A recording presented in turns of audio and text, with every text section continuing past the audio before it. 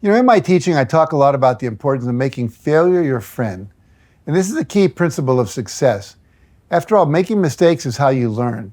Failure helps you understand what not to do in the future. But recently someone asked me, okay, Jack, so exactly how do I make failure my friend? When I make an effort and I don't get the desired results, how do I turn that failure into a win? And that's a great question. So today I'd like to show you how your failures can lead to personal growth. You're also going to learn 4 powerful questions that you can ask to transform any failure, no matter how big, into your future success.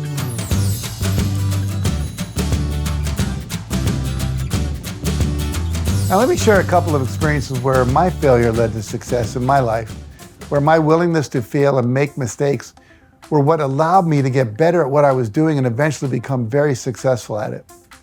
Back in the 1970s, I spent several years as a psychotherapist in private practice. And like anyone who's a coach, a therapist, a consultant, a speaker, a massage therapist, a yoga instructor, or a teacher of any kind, there's always that first day, that first class, or that first client. And I clearly remember my first client. He was a professor from a local university, and we had a 1-hour session together. This was in the early 1970s. I remember the fee was only $25 for an hour. And I remember feeling at the end of the hour that I had not really helped him much. I had taken a tack that proved to be unproductive in helping him move past his block. And at the end of the session, when he went to write me a check, I told him that I didn't feel that the session was that fruitful, so I declined to take it. But I told him that I was going to know what to do better next time. And he seemed satisfied with that, and he agreed to return the next week.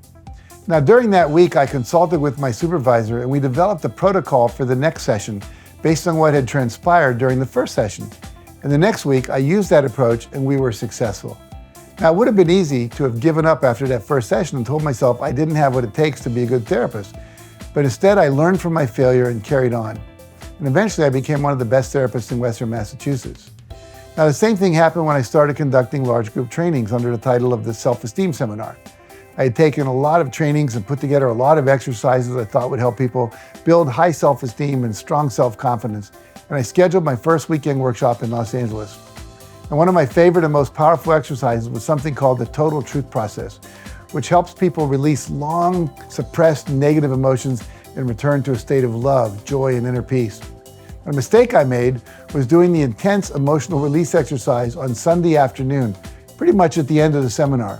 When I read all of the feedback forms from the workshop, I realized I'd left people way too raw and open at the end of the seminar without enough time to integrate the experience and get everyone back into a purely positive state before sending them back out into the world. Now, armed with that feedback, I moved the exercise into Saturday afternoon in the next workshop, and it all worked out perfectly.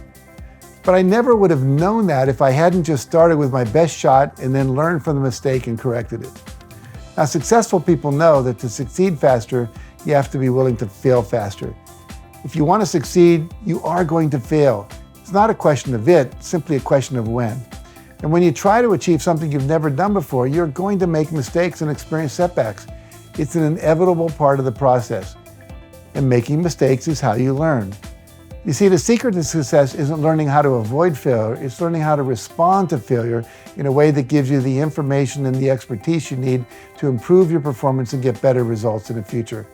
So I'd like to teach you 4 questions to ask yourself after every experience of what you call failure that will help you make failure your friend and transform every mistake into a future win.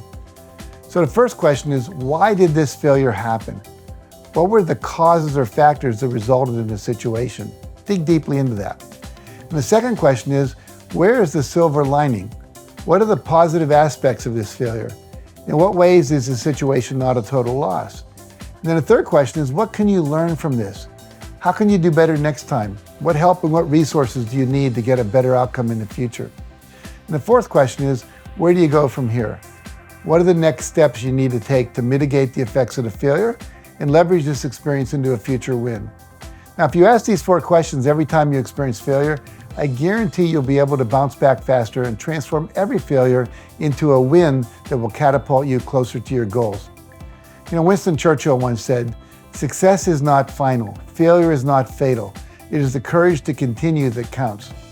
So this week, I want to challenge you to think of a recent failure you've experienced, something that's been holding you back, maybe from making real progress toward your goals. Then ask yourself the 4 questions I just shared with you to determine how to make that failure a learning experience that catapults you forward. Because failure is not an obstacle to success. It is a step toward it.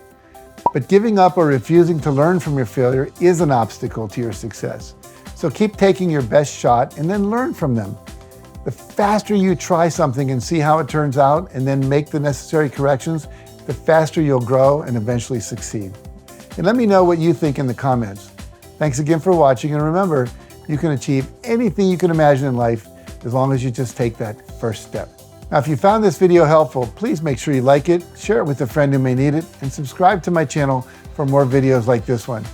And for some additional exercises and tools for self-improvement, make sure to visit JackCanfield.com and check out the links in the description below.